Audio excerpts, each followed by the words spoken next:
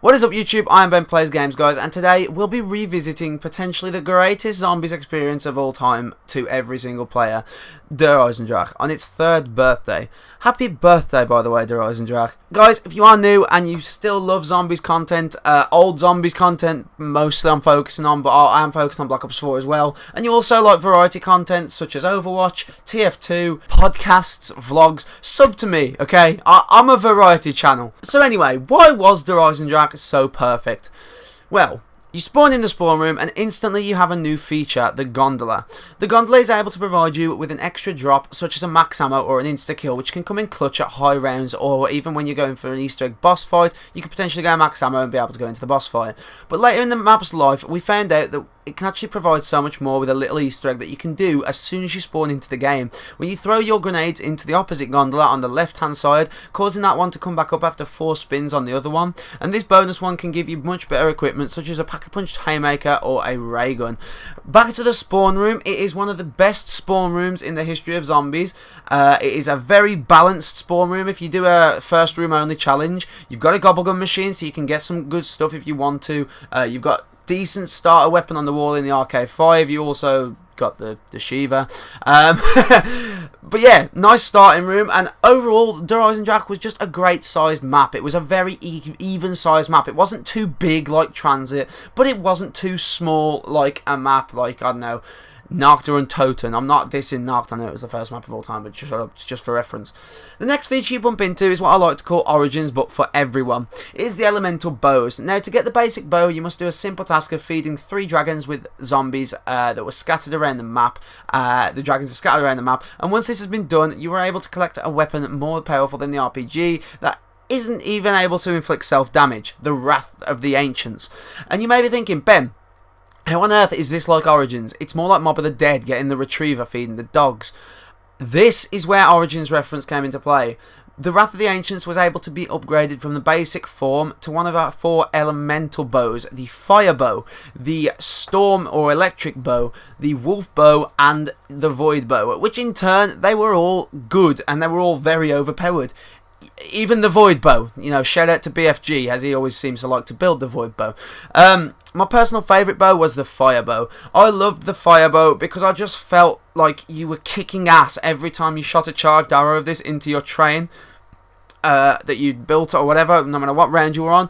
The Fire Bow is also able to provide abundance of clutches. Honestly, you can be surrounded by zombies, a quick charge shot at your feet, a couple of quick charge shots at your feet, and you're out.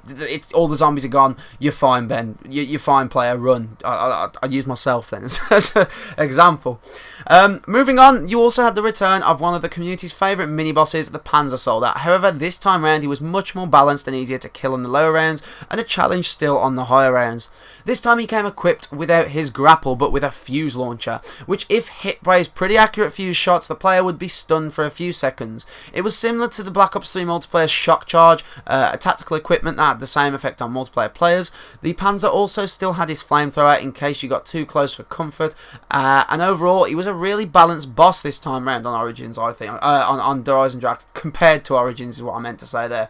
As he was, like I say, he was easier to kill on lower rounds, you know, you had the bow, whereas if you get to like around 50-60, he gets very hard to kill, and I just found him so balanced it was unreal. Next, you came to the Easter egg that arguably exploded the zombies community of Black Ops 3 to a whole new level. It was an Easter egg for all players. Even I did it solo, so that means everyone can do it if I can do it solo. Beginners were able to do the steps as they were easy enough to follow, and veterans could challenge themselves doing challenges such as no perk Easter egg runs and sniper only Easter egg runs, only using the bow where it's absolutely necessary. The Easter egg was for everyone, and similar to one of my other favourite maps, Moon, you also got your perkaholic reward. You got all your perks as a reward for completing the Easter egg after the boss fight.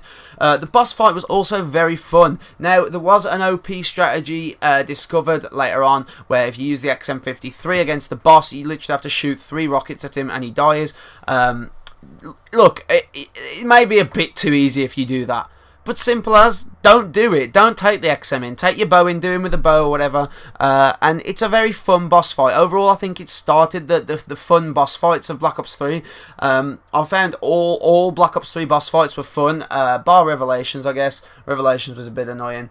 but the others were pretty fun, and I feel like Der Eisendrache started that. I, on a personal level, wasn't focused on zombies solely on my channel at the time of Der Eisendrache's release. I was making similar content to what I do now, variety content. However, Der Eisendrache was the map that really, and already burning fire within me, and made me want to play zombies even more, and mainly focus my channel on it.